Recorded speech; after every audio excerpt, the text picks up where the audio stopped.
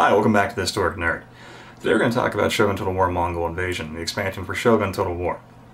In Shogun Total War, where you play as one of the many clan leaders vying for supremacy in the Japanese Civil War, Mongol Invasion allows you to play as either the Hojo clan or the Mongols, as they invade in 1274.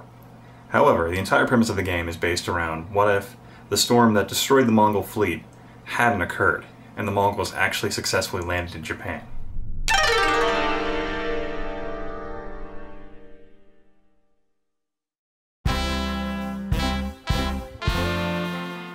The Mongols are the greatest warriors in all of Asia.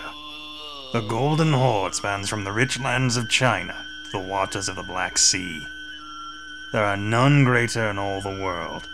Kings and empires pay tribute to the Great Khan. If they do not bring me what I want, my might will be used against them, and the stone walls of their cities crumble in the quaking march of my army. Only one stands against me. The samurai of Japan. They believe the ocean will stop me. Nothing can stop the Horde. The world will meet.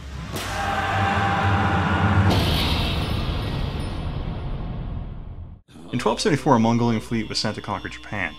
After extremely successful attacks on the island of Iki and Tsushima, they decided to move on to the main southern island of Kyushu and attack Hakata Bay. The Mongolian invasion force only numbered about 23,000 men. The Japanese were only able to muster about 11,000 to counter the invasion. The 11,000 Japanese defenders suffered heavy casualties, and actually withdrew from Hakata Bay, expecting to be destroyed the next morning. However, the Mongols, fresh off their success, decided to return to their ships for the evening, and the Korean boat captains, sensing a storm was coming, wanted to head out into open water, in order to prevent the ships from colliding together inside Hakata Bay. What the Mongols didn't know was the storm weather they were seeing on the horizon was actually a giant typhoon, and what the Japanese would later call the kamikaze, the divine wind, and the first invasion of 1274 was met with massive failure. But in this telling of the story, in Mongol Invasion, that never occurs. The Mongol fleet never leaves, and they stay, and they decide to fight. Perhaps the most interesting thing about how the Mongols came to invade Japan was that a lot of it was prompted by a complete misunderstanding of the Japanese imperial system, and the shogunate system. See, when any dignitary would go and talk to Japan, they would actually have to bring two separate sets of diplomats, one to talk to the shogunate, who were the military leaders of Japan, and then one to talk to the emperor, who was simply a figurehead and had absolutely no authority. Kublai Khan actually sent a letter to Japan, stating it was addressed to the King of Japan. And unfortunately, the Japanese, not knowing who he meant, because there was the emperor and the shogun, sent letters to both the emperor and the shogun. These letters were both interpreted, and then two letters were sent back, one from the emperor and one from the shogunate, both with conflicting information. But the letter from Kublai Khan was demanding that Japan pay tribute. However, Japan refused. However, the letter from the emperor did state some mention of possibly surrendering, but the shogunate staunchly resists the idea. Japan's refusal, and the overall Mongol confusion as to what the two letters meant, was the last straw and what Kublai Khan needed to begin his invasion of Japan. The Total War series has always done a fantastic job of integrating historical realism. The types of units and weapons they integrate is fantastic. Even the game engine attempts to integrate the teachings of Sun Tzu into the warfare of the AI.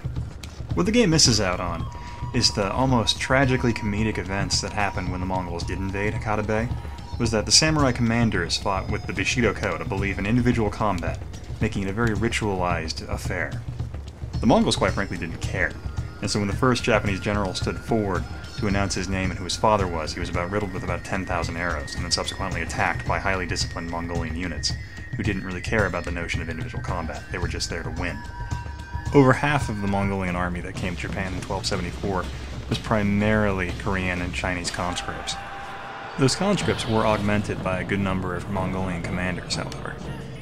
The Mongolian invasion of Japan was one of the first campaigns in Mongolian history where they didn't have a large number of horses to augment their infantry.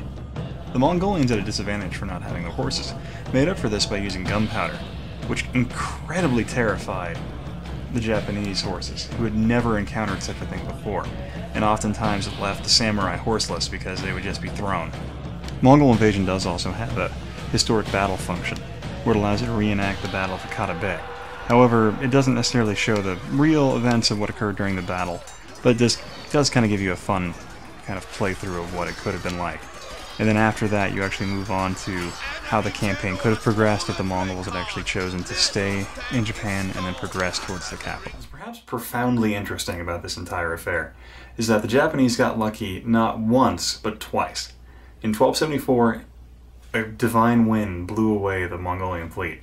And then again in 1284, with an army of over 150,000 men, Kublai Khan's army was swept away by the ocean.